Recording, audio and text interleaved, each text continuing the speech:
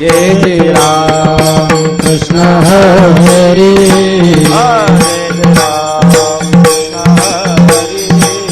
जय जय राम कृष्ण हरे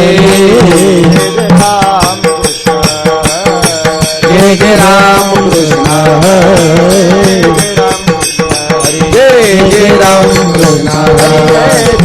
कृष्ण हरे जय जय राम कृष्ण हरे जय जय राम कृष्ण हरे जय जय राम कृष्ण हरे जय जय राम कृष्ण हरे जय जय राम कृष्ण हरे जय जय राम कृष्ण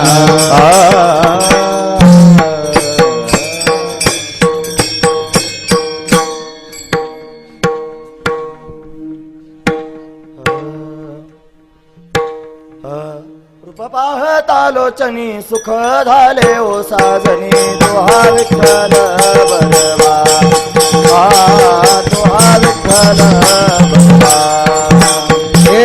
रूप पाहता लोचनी सुख झाले हो साजनी तुहा विठ्ठल बरवा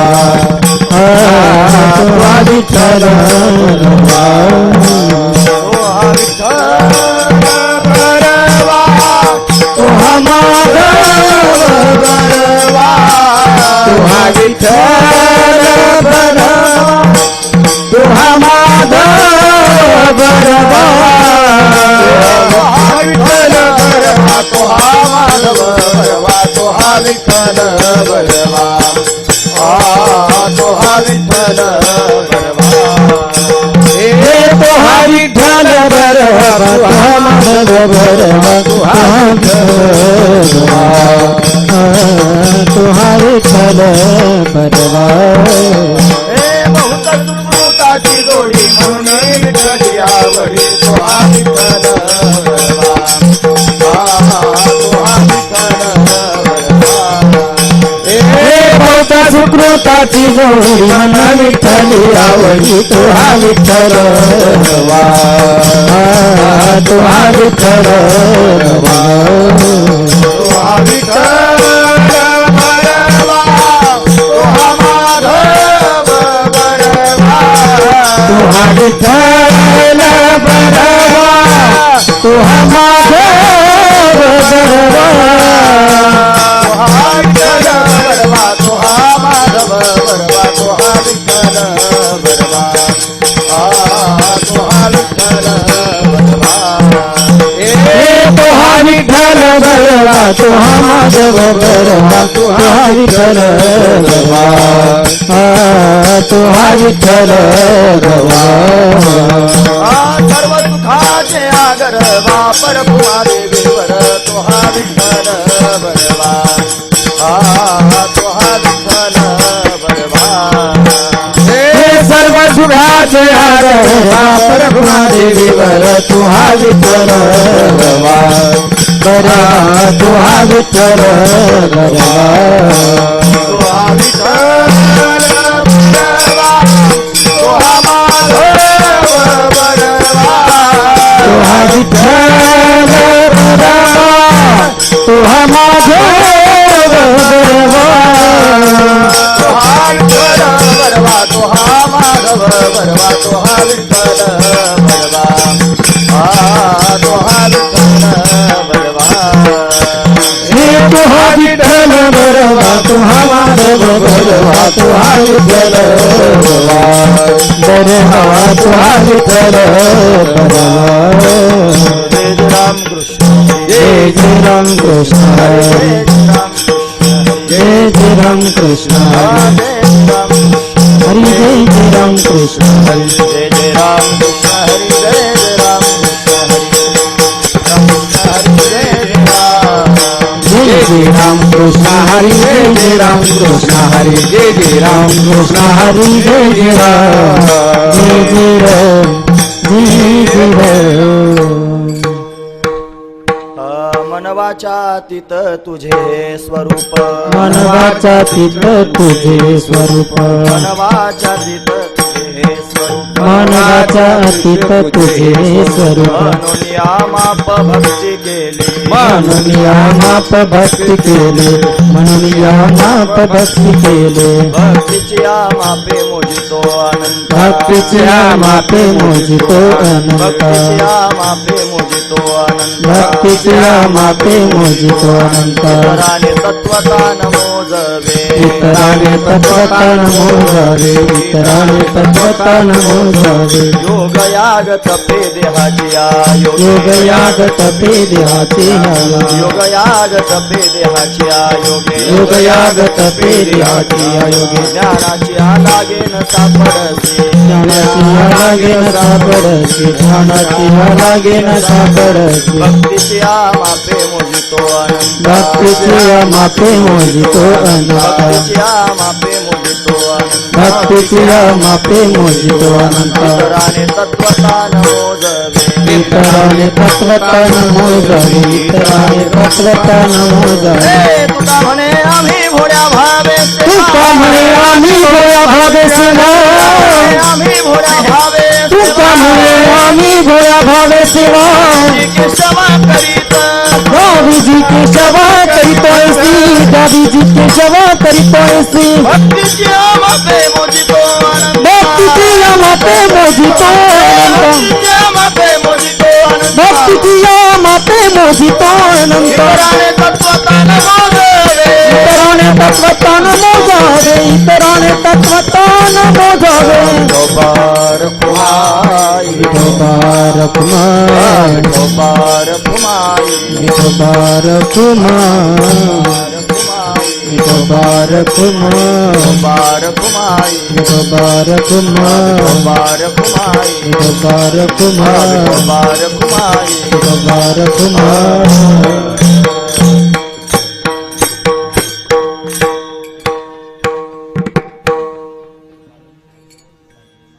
चला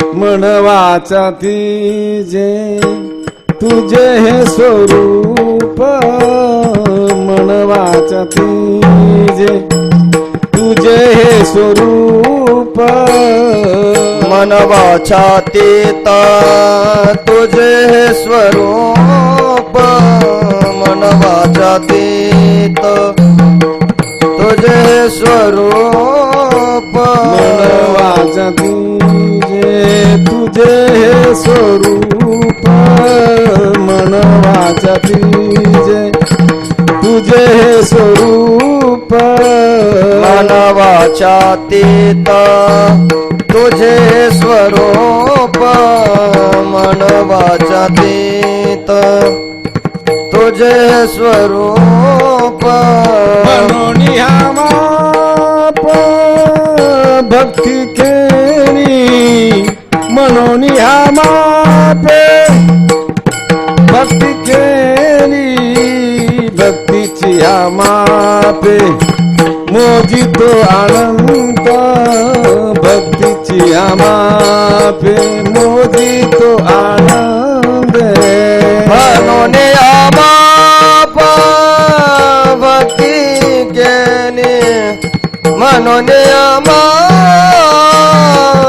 भक्ती गेले भक्तीची मापे मोजितो अनंत भक्तीची मापे मोजितो अनंत इतराने तत्वतान मोजवी